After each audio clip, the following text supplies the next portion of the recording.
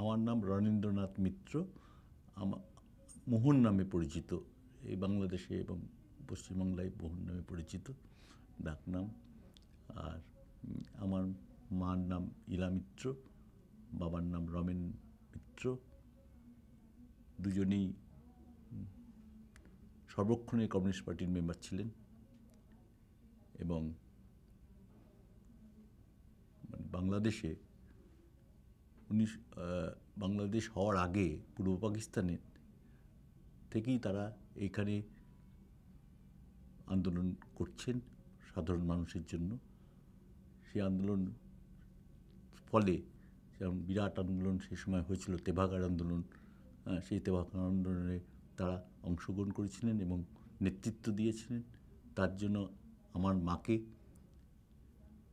যাবজ্জীবন জেলের অন্তরালে যেতে হয়, আমার বাবাকে আত্মগোপন করে ঢাকায় থাকতে হয় এবং আত্মগোপন করে এই শোষিত মানুষের জন্যই কাজ করেন তারা। এবং নির্যাতন যেটা মায়ের ওপর হয়েছিল, সেটা টর্চারটা সেটা পৃথিবীর বোধে কোনো নারীর উপর হয়নি।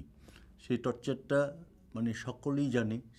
সে প্রত্যেকটা জেলে, প্রত্যেকটা জায়গায় যখনই ধরা পড়েছে সব জায়গায় শি ওয়াজ রেপড। এবং তাকে এবং সেটা তার জবানবন্দিতেই বলা হয়েছিল, তিনি নিজে বলেছিলেন। সেটা সে সময় একটা মহিলার এই কথাটা বলা, সেটা খুব কারেজ না থাকলে সে সময় বলতে পারে না। সেটা নিয়ে পৃথিবী জুড়ে এই ব্যাপারটা নিয়ে হয়েছিল। তখন তারা এবং ঢাকা তখন এত অসুস্থ হয়ে পড়েছিল যে ঢাকা মেডিকেল কলেজে তাকে নিয়ে এসে রাখা হয়েছিল। তখন আমি একবার দেখতে এসেছিলাম কলকাতা থেকে, মানে তখন দেখে আমি চলে গেছিলাম। বন্দি অবস্থায় রয়েছে ঢাকা জেলের মধ্যে, বাঁচবে না, জাস্ট ইন্ডিয়া থেকে ডেকে পাঠিয়েছে আমাকে। সে সময় অল্প একটু দেখে আমি ফিরে গেছিলাম, বাঁচবার আশা ছিল না।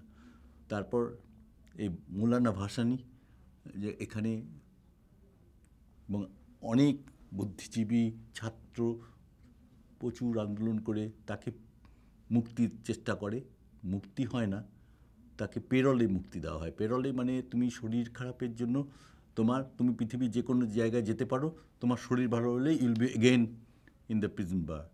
তা পেরলে উনি ঠিক করলেন যে কলকাতায় যাবেন এবং এখানে উনি যে ডাক্তার এখানে যা চিকিৎসা করেছেন ডক্টর আলম, অসাধারণ ডাক্তার।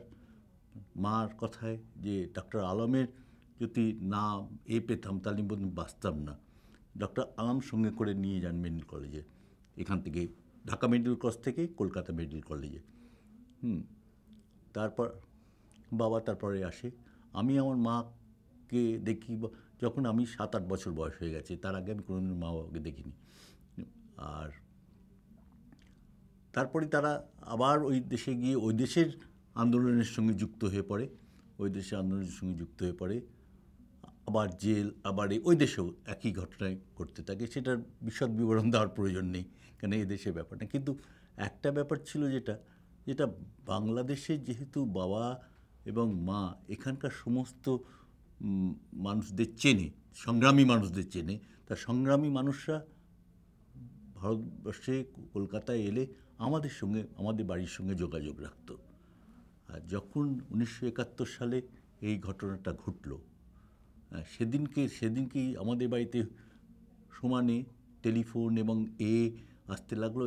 সেদিনকেই যোগাযোগ করে আমিও তাদের সঙ্গে বর্ডারে চলে আসি, বর্ডার ক্রস করে, কেন সেখানে আমাদের কন্ট্যাক্টের লোক ছিল। ওখানে কী হচ্ছে সে কন্ট্যাক্ট করবে, কি হচ্ছে ভিতরে।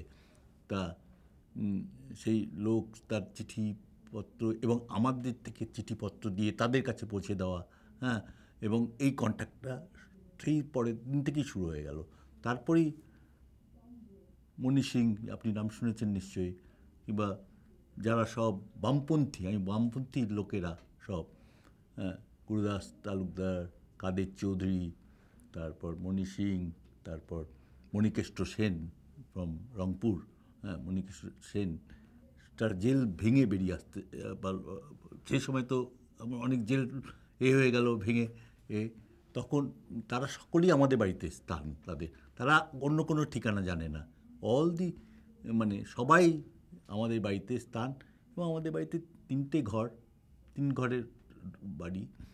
সেখানে আমার বাবা এবং মা, আরও সমস্ত যে আমাদের আমাদের লোকজন আছে, সমস্ত বাড়িতে প্রচুর মানুষের রাখা ব্যবস্থা, মা বাবা রাখার ব্যবস্থা করলেন, রাখা। কিন্তু রাখার ব্যাপারটা তো ওরা তো আশ্রয় নিতে আসেনি কেউ, যারা আমাদের বাড়িতে এসছে তারা আশ্রয়ের জন্য আসেনি, তারা এসছে কিছু করার জন্য, লড়াই করার জন্য এসছে। তা সেই লড়াই করার জন্য যা যা করণীয়, মুক্তিযুদ্ধে তারা এখান থেকে এসে চলে যাচ্ছে, মিটিং হচ্ছে, কিভাবে স্ট্র্যাটেজি, কোথায় আগরতলায় আমি দেখলাম বাবাকে চলে যেতে, আগরতলা ফ্রন্ট একটা খোলা হয়েছে, হ্যাঁ।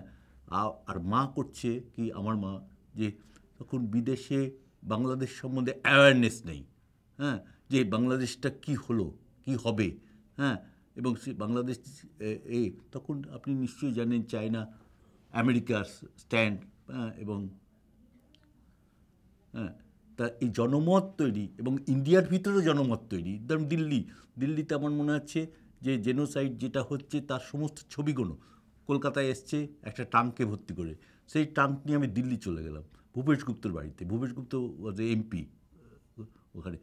ওখানকার খুব নাম করা ভূপেশ গুপ্ত। তার বাড়িতে গিয়ে দিল্লির কনট প্লেসে একটা জায়গা করে নিয়ে সেই জেনোসাইডের ছবিগুলো লোককে দেখা, দিল্লির প্রচুর লোক এসে দেখে যাচ্ছে কী হচ্ছে, সেটা সেই কাজগুলো করা। হ্যাঁ, কলকাতায় যে কোনো কিছু ব্যাপারে ইন্টারভিউ, তখন মুখ্যমন্ত্রী যিনি ছিলেন সিদ্ধার্থ শঙ্কর রায় ছিলেন তখন মুখ্যমন্ত্রী। হ্যাঁ, সিদ্ধার্থ শঙ্কর রায়কে একটা ফোন করলেই কি বলে, সিদ্ধার্থ এই করো ওই করো, হ্যাঁ, he obeyed, he did whatever we say, যে এইটা করতে হবে, এটা দিতে হবে, এই করতে হবে সেটা। তাছাড়া ইন্ডিয়ান গভর্নমেন্টও খুব মানে সাপোর্ট দিয়েছে, আপনারা তো জানেন সেটা, ইন্ডিয়ান গভর্নমেন্ট সাপোর্ট সেটা না। কিন্তু আমি যে কলকাতার মধ্যে মানে পশ্চিমবাংলার মধ্যে আমরা গভর্নমেন্টের সাপোর্টটা পেয়েছিলাম সে সময়, এবং যাই জন্য অনেক কিছুই আমরা করতে পেরেছি, অনেক সুযোগ পেয়েছি, অনেক অসুস্থ মানুষকে বিনা পয়সায় চিকিৎসা করাতে পেরেছি, যারা অসুস্থ হয়ে গেছে, হ্যাঁ, তাদের কিন্তু পারপাসটা ছিল কিন্তু শরণার্থীদের স্মরণ রাখা তো বটেই, কিন্তু purpose was to free the Bangladesh, that was the purpose of our house.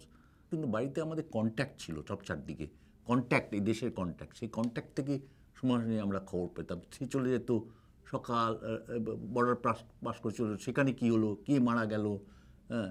Mohammad Farhad এখানকার কমিউনিস্ট পার্টির সেক্রেটারি ছিল, Mohammad Farhad, have you heard the name? ফরহাদদা আমাদের বাড়িতে নিয়ে আসা চলে এলো, সে ফরহাদদা ঢুকে পড়েছে, এখানে অনেকে রয়েছে, বাইরে রয়েছে।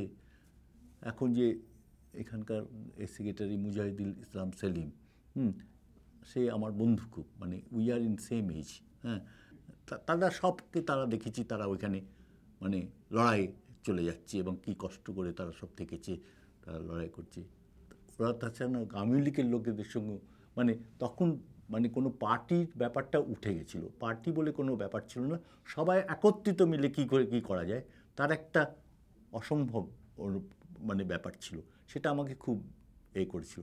আমার মনে আছে যে মুজিবুর রহমান গেলেন, হ্যাঁ, ওখানে কলকাতায় করতে, মা এয়ারপোর্টে গেছিল, ইলা মিত্র এয়ারপোর্টে গেছিলেন, তা মাকে জড়িয়ে ধরে বললেন, ইলা তুমি এখানে কেন, তোমার তো এখানে এদেশে থাকার কথা না, তোমার তো ওদেশে থাকার কথা, তুমি এখানে কেন আছো?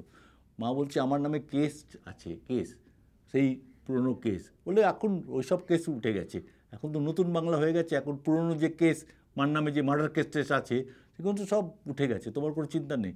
বললেন তোমাকে আমি আমাদের দেশে নাগরিকত্ব দেবো, নাগরিকত্ব মানে সেটা দু দেশেরই হয়, সেটা দেবো। কিন্তু সেটা আর হলো না, হ্যাঁ, তুমি মারাই গেলেন আর কি। অদ্ভুত ব্যাপার, আমি জানি না আর কজন এরকম হয়েছে।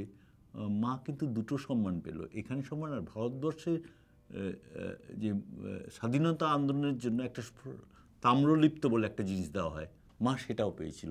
আমার দু দেশের স্বাধীনতা সংগ্রামের জন্য যে একটা সম্মান পাওয়া, সেটাও একটা বড় কৃতিত্ব আমার মায়ের।